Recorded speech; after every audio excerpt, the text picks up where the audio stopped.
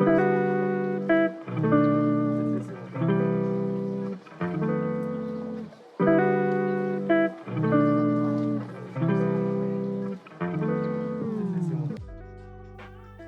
to the Floyd Memorial Library podcast, where we sit down with people who give shape, texture, and voice to the stories that matter here on the North Fork of Long Island, and sometimes far beyond. Some of our guests are rooted here by generations, others join us from elsewhere to share their work, their perspective, or their connection to this community, but all brings something that adds to the ongoing conversation. We talk about what's changing, what's worth holding on to, and the currents of history, both quiet and loud, that run through this place. I'm your host, Christopher Bianchi, and today's episode is a deeply personal and inspiring conversation about love, legacy, and the power of unfinished dreams. My guest is Laura Carney, a writer and magazine copy editor whose life took a remarkable turn after discovering a bucket list her father wrote in 1978, years before he was tragically killed by a distracted driver.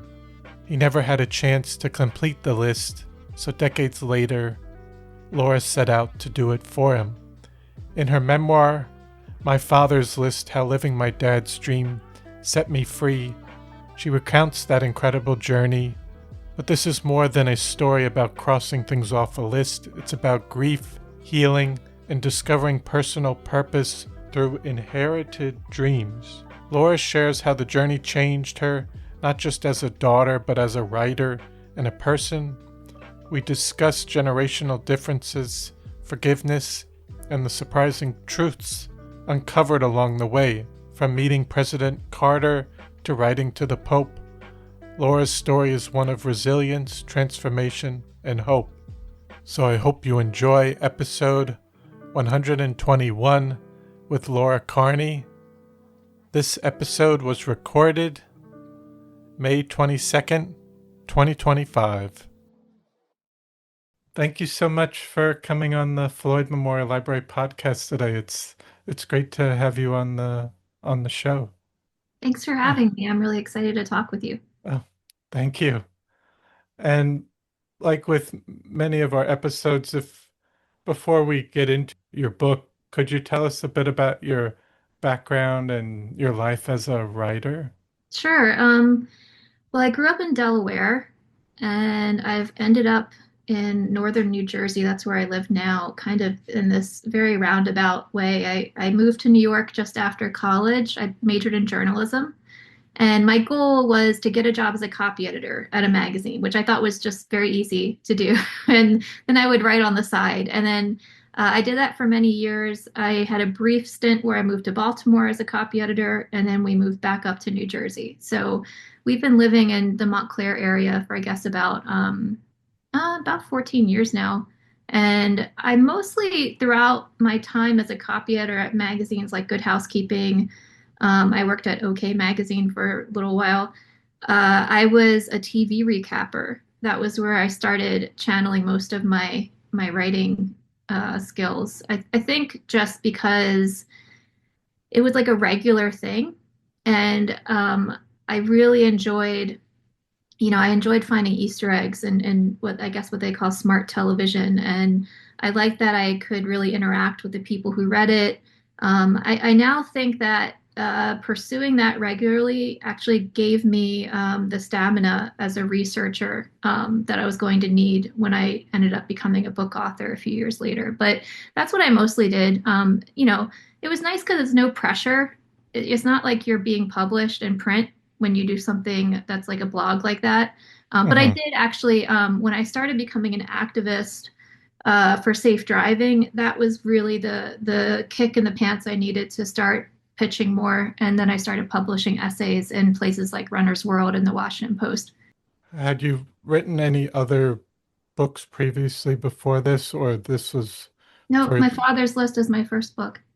And could you describe a little bit about the journey for that book first before getting into the actually deciding to write the book? Sure. Well, as I said, I finally found the courage to pitch larger publications and get published as an essayist when I was an activist. And what I mean by that is it really was very kismet the way it happened.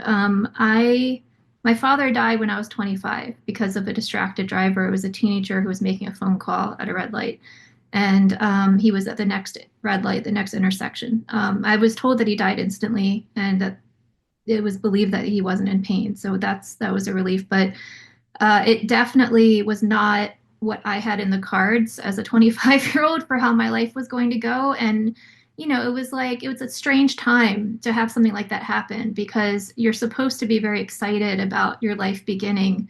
And to me, it was like he had been one of my biggest role models in a way, as far as a creative person. So a lot of what I was now accomplishing as an intern and then later as an editorial assistant and, climbing the rungs of magazines in New York, it was always very bittersweet for me because he wasn't really quite there to experience it. And one day at work, at Good Housekeeping, an article came across my desk and it was about distracted driving. And up until that time, it had been about a decade. So it's now 2013. And I hadn't made the connection at all that it had been the girl's phone that had played any role in the car crash. And now I finally understood that that was a thing.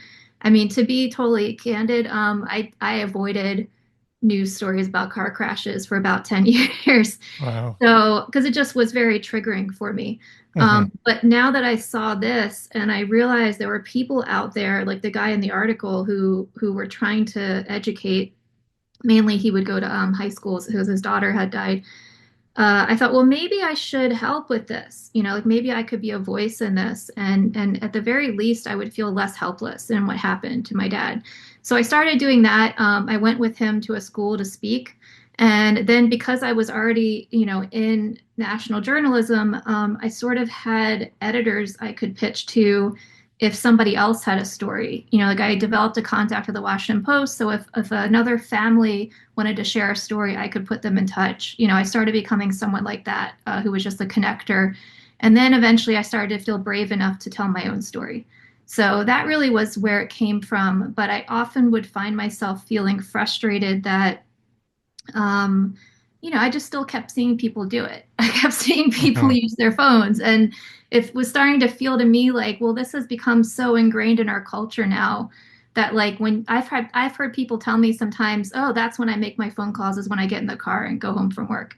Um, so I just thought, gosh, I guess it's the education part. Even though they understand it's something that's happening to their brain when they make a call, there's just something that's not connecting. There's Hmm. something like maybe there needs to be more of an emotional connection. Maybe they need to feel like it was their father who died that way.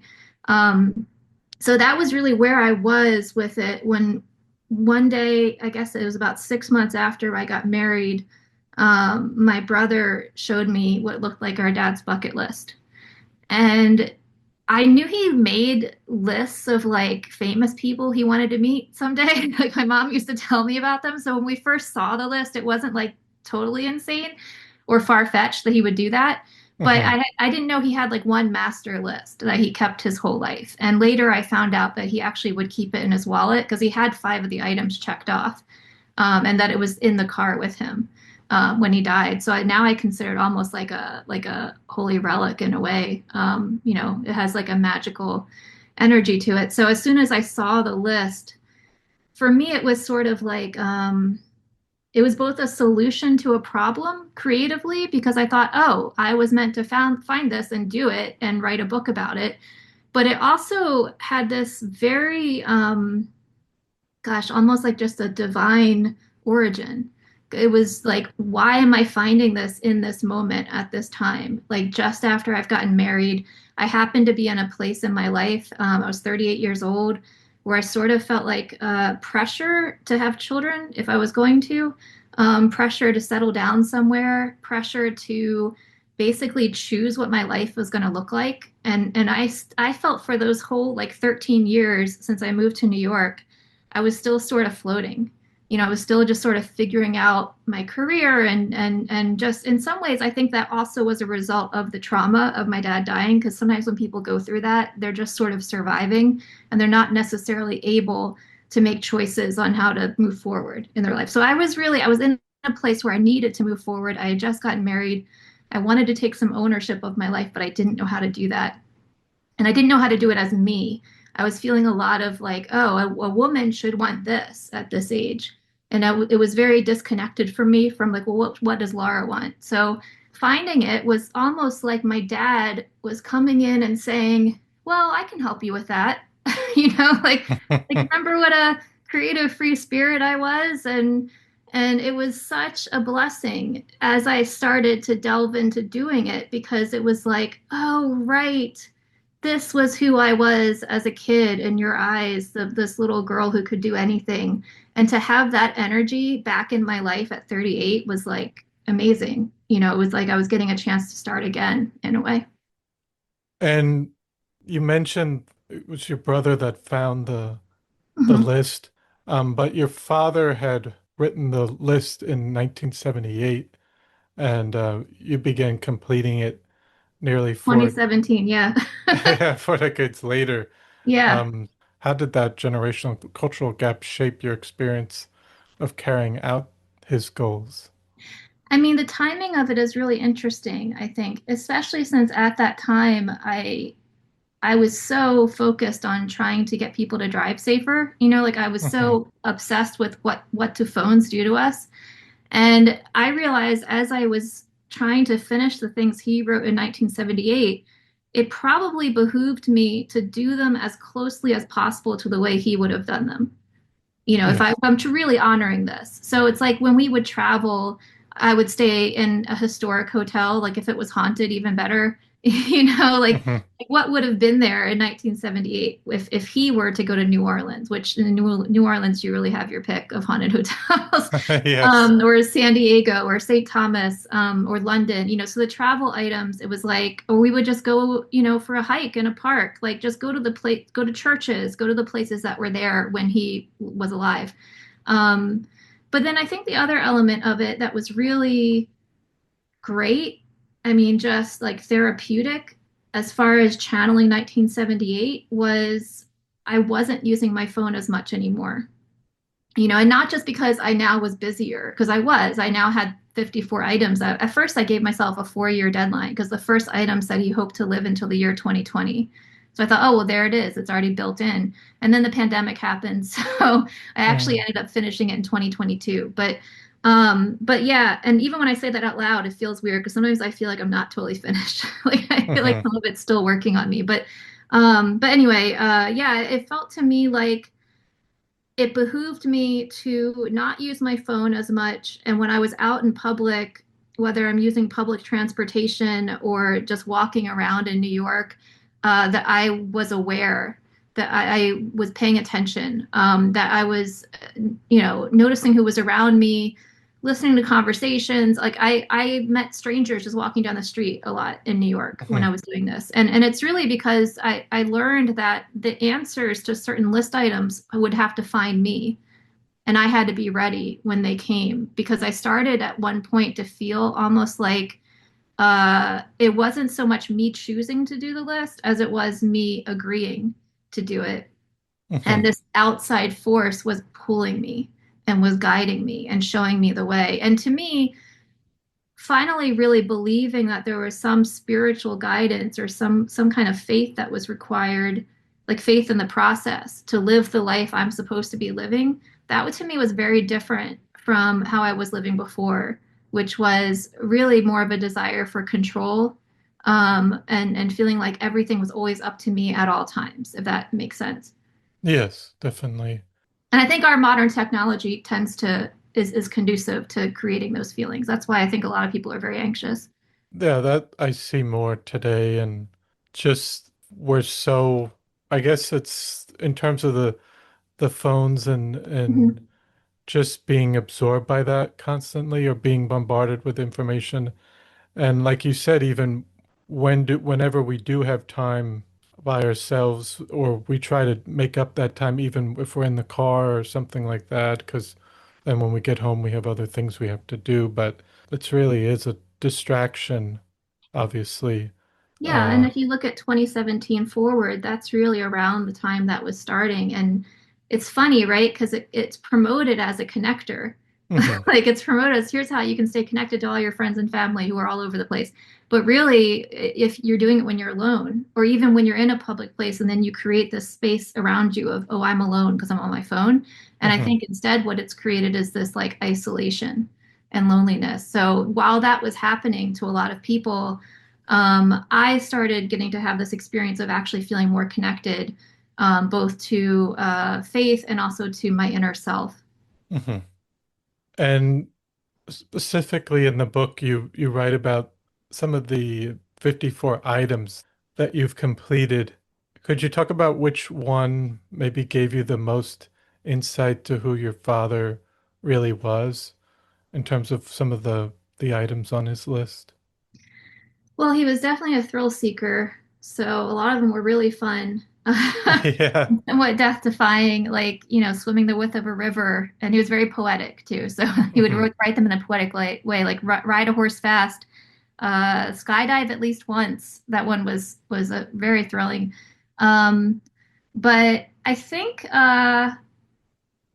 it seems like I should say write and have a few novels published because he was a writer and he always wanted to write the great American novel. And that was the thing that really pushed me with getting this book finished because I was really terrified of it. But I think a better answer is probably have five songs recorded because my dad was a singer as an avocation. He would perform in night piano clubs at night, and he just was one of those people who was always singing, like almost like singing more than they're speaking. He would just always just burst into song, and I recognized as scared as I was of doing that, I had a pretty decent singing voice, but I didn't really consider myself a singer. My brother's more of a singer than I am.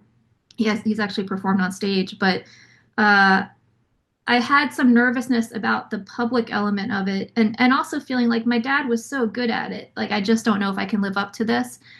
But then the weirdest thing happened towards the end of doing the list. I was starting to feel like I was ready for it to be done. Like it had been 6 years, especially with adding the element of writing the book. I think emotionally speaking and energetically, I was ready for it to be done.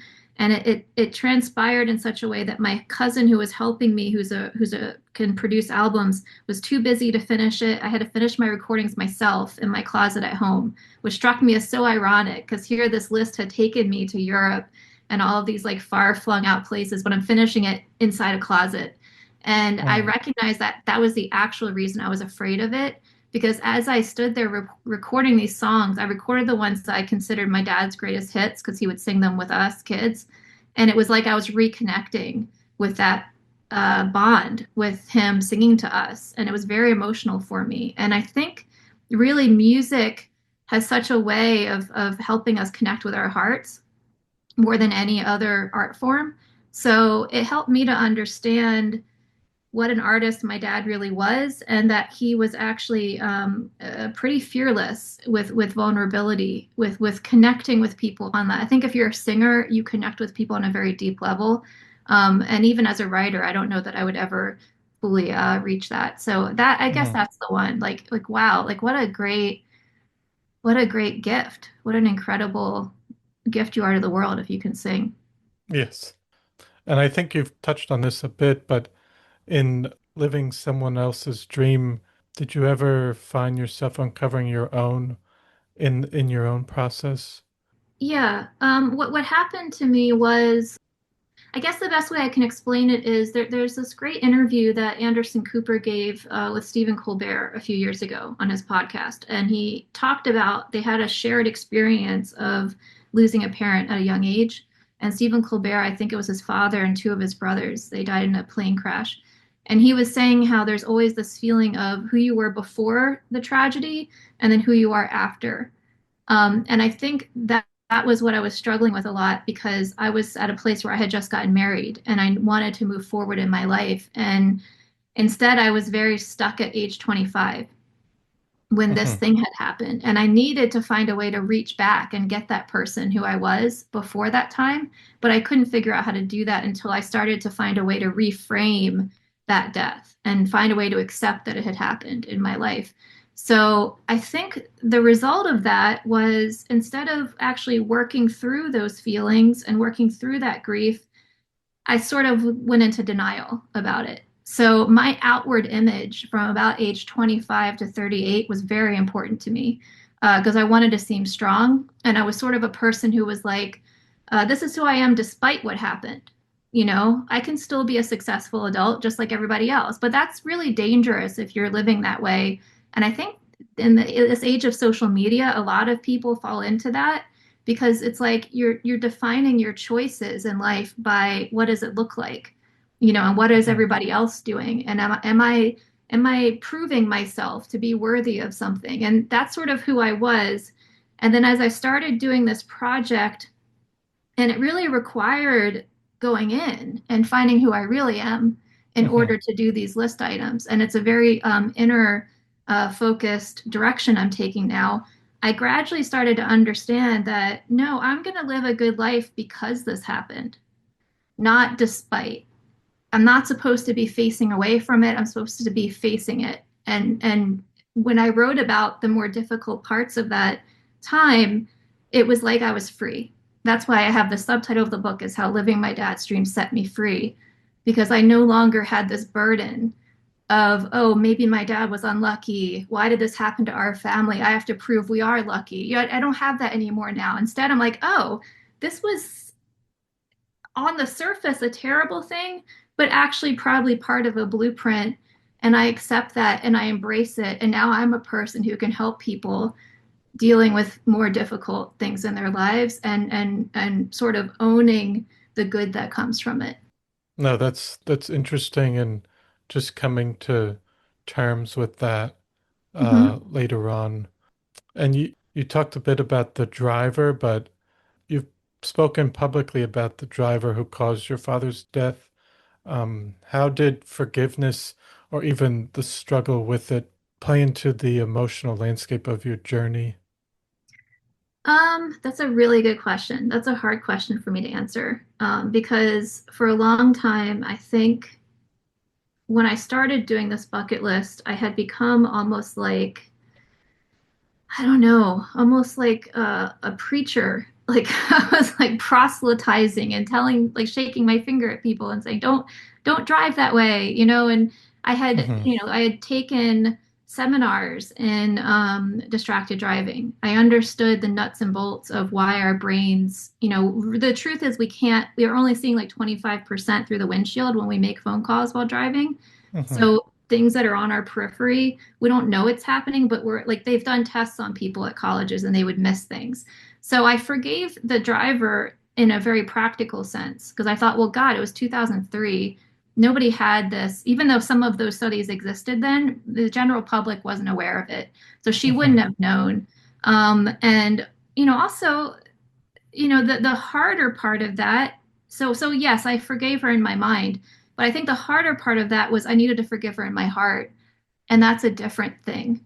And I think as we go through life, at least this is how I experience it, I find it very difficult to fully grasp and understand if someone has hurt me or done something that hurt me, even if they did it by accident, until I do that same thing. And I'm lucky in that I haven't accidentally killed someone because of my actions, but I have accidentally done things that hurt Hmm. other people, that maybe hurt people irreparably, you know, that I didn't mean to do. You know, just I think the older you get, it's just going to happen. At some point, you can't be like blameless forever. And Yes. just the whole struggle when that happens of forgiving yourself, Hmm. it's like, okay, now I have a new level of empathy because I really feel for the driver who caused this, who now goes through her life knowing that she did that at a young age. And then you mentioned for a while you went around and talking about driver safety, and is that something you still do now, or? It's not, but not because I think it shouldn't be done. I think it's Hmm. crucial. I have a lot of really good friends who do that, and Hmm. families I care about. It's not my role Hmm. in this. I think it's multi-pronged. And my role is this is what I believe I'm doing anyway. As a writer, and as a speaker and a teacher, I think I'm helping people live more fulfilling lives and helping them to even recognize that they have choices. Because a lot of times we're living in a weird time right now where we can just Mhm. get something with the push of a button, you know, and it makes it so that we Yes. forget we're actually making choices all the time. And when I started doing my dad's list, that was the thing that really blew my mind. Like, oh, I'm making like 100, maybe 1,000 choices a day that I'm not even thinking about that I'm making because I suddenly had to be more aware of them if I wanted to get these 54 items done in 4 years, although it ended up taking 6. So I think I've become someone who I'm helping to shape people into being people who are satisfied and fulfilled with their lives. And I think someone who really values their life is much less likely to make choices out of convenience that could Hmm. potentially harm another person. So that's sort of where I am with it. And I was just curious when you did initially start the journey of completing the rest of the list, did you have a time frame or were you open to how you were planning out the rest of the list? Yeah, I did. It was 4 years because the first item said, I hope to live a long, healthy life at least until the year 2020. I mean, and it's interesting because we call it a bucket list, but when he wrote it, he was 29. So actually, it was a life list. And Hmm. I always thought it was funny that, now I had the reason it got pushed off mostly was because I still had to go to Vienna and Berlin, which were two of my favorite items. And I couldn't do it because of the travel restrictions during the pandemic. Hmm. So really, that gave me a lot of time to research Vienna and Berlin because I would research everything before I did it. So I really savored it once in Hmm. 2022 when I finally got to go. And it also forced me to accept, oh, I'm late on my own deadline. And that's like the thing I've struggled the most with my whole life. I tend to be like a 10 minutes late person. So I thought, wow, my dad would find this hilarious because he would be like, Laura, when you're late, people talk about you. Like he would always try to get me to stop doing it. So the fact that now I was actually going to be, I thought he'd be like, okay, you know what? Like, get over yourself. Nobody Hmm. cares. Yes. And then also just that there is an act of trusting continuing someone else's dreams. Were there any moments you felt uncertain that you were the right person to do this? I don't think so. Maybe uncertain of whether it should be done at all. Hmm. If a person writes on a list of their life goals, ostensibly it belongs to them. So if I were to set out to do it, it's going to be different. It's a Hmm. different experience because I'm the one now doing it. And the weirdest part of it was it wasn't like it was a thrill ride. I mean, yeah, it was exciting and a lot of things worked out right away and were super enriching and fun. But also, I would find myself in situations where, because I now had to make room for this list and this book I'm writing, I'm losing other things in my life that I don't really identify with anymore and that I previously did. So it's sort of like, even though it's being done by me and not him, at some point it started to feel like it belonged to me. Hmm. And the lessons I was receiving, I'm not only receiving lessons he would have received if he did it, but I'm almost like in a school of dad. That was how I started to look at it. Like I'm living out this curriculum and his spirit is helping me. That's actually a big part of why when we do our event at the library on June 1st, I'm doing with Jacob Cooper, who is a near-death experience survivor. Because I really want to talk more about just the communication I felt my dad was giving me and the guidance. And I think that is interesting, even initially starting out someone else's list of life goals or dreams. Because it's almost like in the beginning, I could see thinking about what that person feels and what that person would feel in this moment. But then eventually, I think over time, you have to just start taking in the experience as your own. And maybe that's part of the process of your own experience in that other person's list as well. Well, I think it also, the nature of my relationship with my dad was he was a divorced dad, so we only saw him twice a week. And a lot of Hmm. his life was a mystery to me. So I Hmm. think there was an element there too of me feeling like I had agency, like all of those times when he was alive, when I would be like, oh, I wish he were around more, or I wish I could tell him this thing right now, but he's not here. I have to wait until Wednesday. Getting to feel like I was connecting with him whenever I wanted to, and that it was my choice. There was, I don't know, there was something about that that was giving me this sense of like, I don't know. I think that's why it healed the trauma part of his death. I didn't feel like his life or his death were these unpredictable things anymore. Hmm. And I Yeah. developed a real comfort level with the uncertainty. Hmm. And I think that was the biggest thing that changed me and that helped me to own my own dreams and the things I want to do with my, like now I have a list that's like 280 items long. And Yes. I never would have done that before because I would have been like, Yeah. oh my God, that's so selfish. But it's actually not because what I realized is when you write down your dreams and your values and the things that matter to you, you're getting a strong sense of who you actually are. And now that you're equipped with that, you're going to give more to other people Hmm. because you become more aware of what it is that you have to give, if that makes sense. Yes, definitely. And then there are two other things on the list.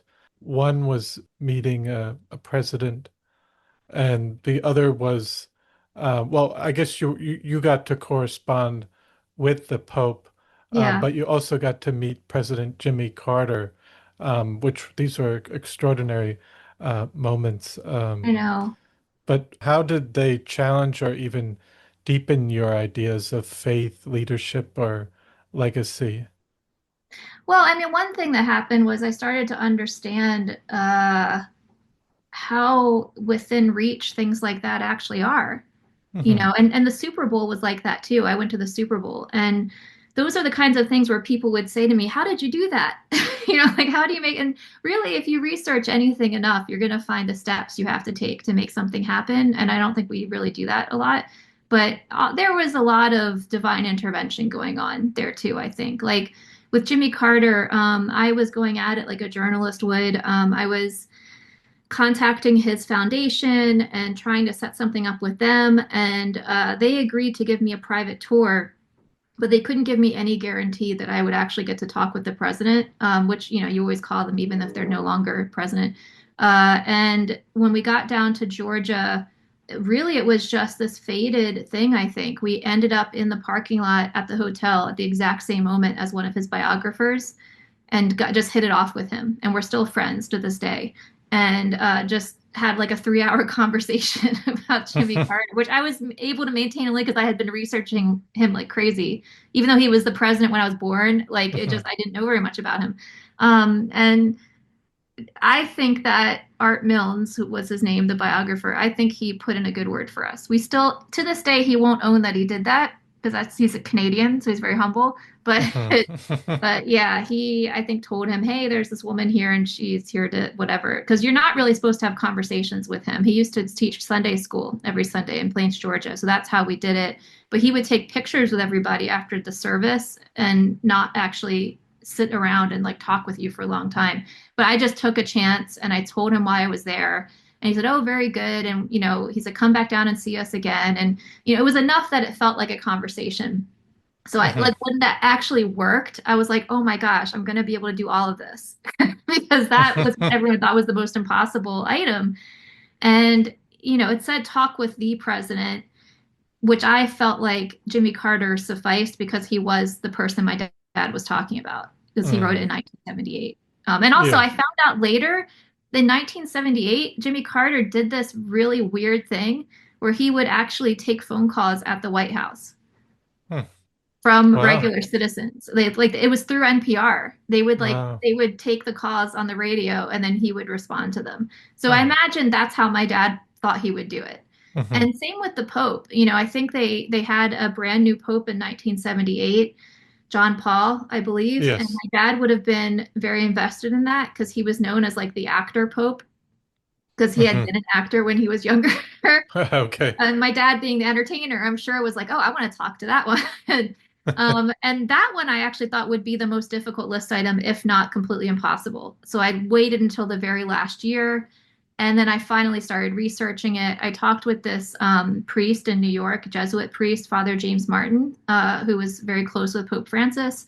And I felt like, at least if I'm telling him I plan on doing this, you know, he would know. Like he would know if there's a chance he'll write back. And I remember one day, like almost like with a wink, he said in an email to me, "You never know, he could write you back." I thought, okay, well that's good enough for me.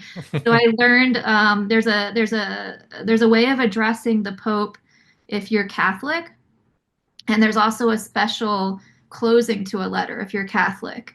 And I had my first communion in a Catholic church, so that was how I did it, hoping that might help me.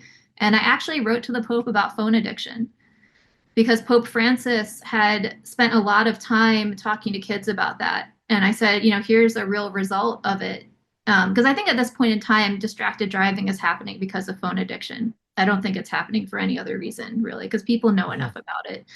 So Yes. I just couldn't believe it. 6 weeks later, I got a response. And, it was like, this was what it really taught me. Not only that these things are easier than we think they are, but rather, I think President Jimmy Carter and Pope Francis, who are now both since deceased, rest in peace to both of them, but they were the kinds of leaders who were known to respond to people, both of them. And I didn't know that about Pope Francis at the time, but I do now Yes. because there's been a lot that's been written about him in recent weeks. And I think it has changed my concept of what a good leader is. And so now I try to be that way. And people think I'm crazy because anytime someone asks me for help, like I will eventually do it. Like it's really important to me that if I say yes, I do eventually do it. But I just think Yes. that's what you have to do. They both had tremendous humility. And my dad was that way too, although he probably would have made a joke about it. No, but that's really interesting, even with those two people, like you mentioned, have passed away in In the last uh few months, last few since months. January, yeah. Yes. So imagine if I had found the list later than I did. Hmm. It might not have been those two people. Jimmy Carter's foundation, they were the only ones who responded to me. I tried every other president. Really? Yep, that's why it was him. Wow. And you mentioned also that you've started now that you completed the list and the book is out. You mentioned you had started your own list, and that has grown quite a bit. But is it different, like in terms of, I guess, from your own personal experience, it's going to be different from looking back at your father's list. I guess even when did you even start your own list? I think it was in year two, Hmm. and it was just kind of an idea for a little while, but I didn't really get into writing it more seriously until I guess year four. Because by then I saw the results that I was experiencing from doing my dad's. And I guess I probably started thinking, maybe I could do all these things. Like maybe this can happen, and understanding how different my life now was, that I was making essentially not just honoring someone, but having fun a priority, Hmm. and how many adults lose touch with that. So now it's sort of like, we don't know what's going to happen on a larger scale in our lives, but at the very least, it's a really good idea to have at least something you're doing every year that is fun. Like I'm doing it just because. I'm doing this just because I want to do it, and it's an experience I want to have. And that it's like, well, like as an example, one of the things on my list is I would love to see the monarch butterflies in Mexico. Hmm. Just because a lot of the things on my list are like that. Like I want to see an elephant up close.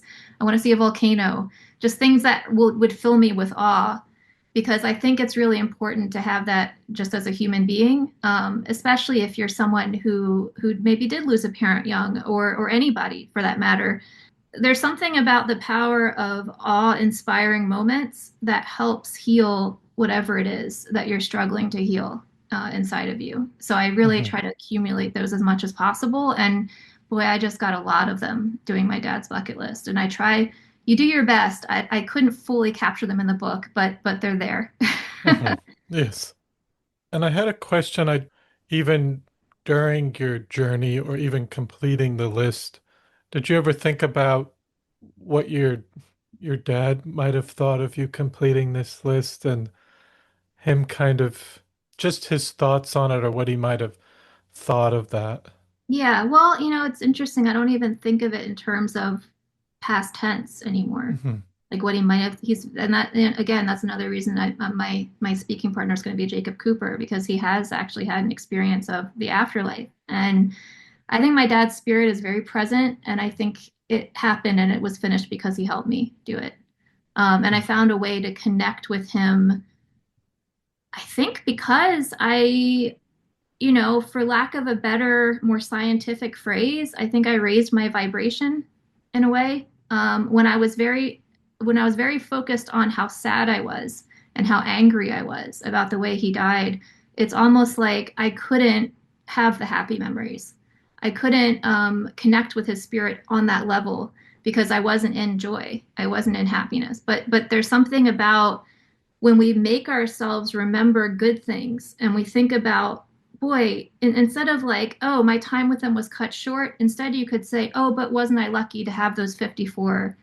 I mean, I had 25 years, but he had 54 years of life. Hmm. And, I guess the best way to explain it is I used to focus on the number 88, which was August 8th, the day he died. It would show up everywhere for me. Now I see 54s every single day. And I think it's because 54, I mean, in Roman numerals, it's live. It actually means live. And Hmm. I think that's what my dad's spirit was doing the whole time. It was getting me to a place where I actually appreciate what it is to be alive.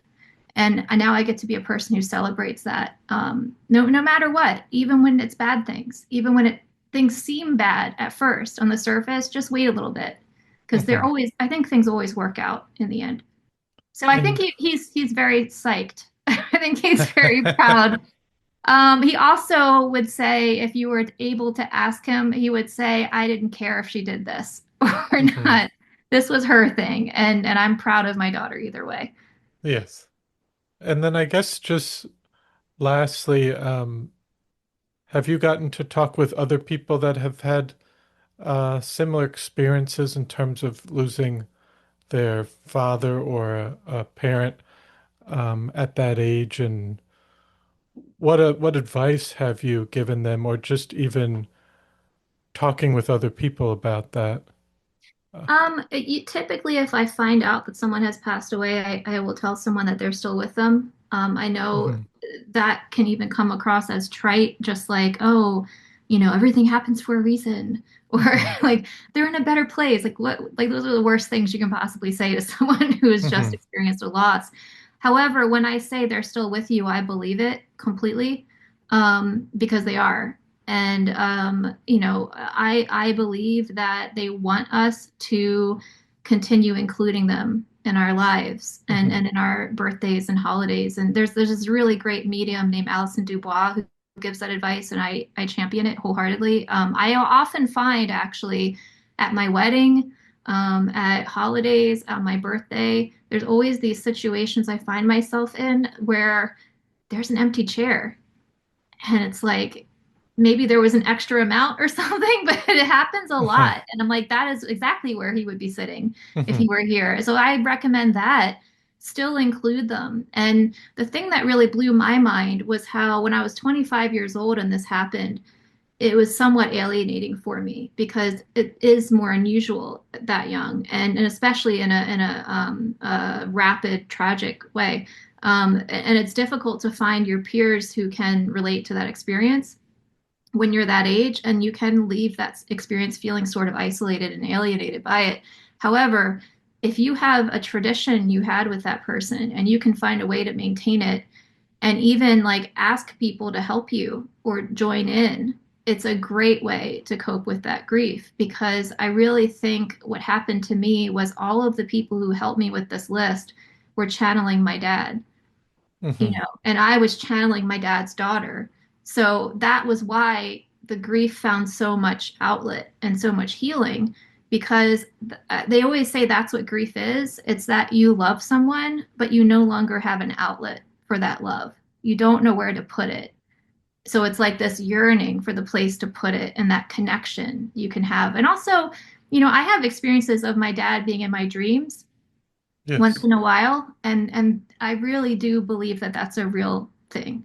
There's a Hmm. vividness to them, like you remember them better than other dreams, and I think it's because it is like a way to visit. And that makes sense to me just because I think my dad helped me write this book. I Hmm. think he came in through my unconscious, which is where writing comes from. Really good writing comes from there, not just, like more of a rote thing. And so it makes sense that it would happen in dreams as well, because that's when your subconscious or your unconscious is alive.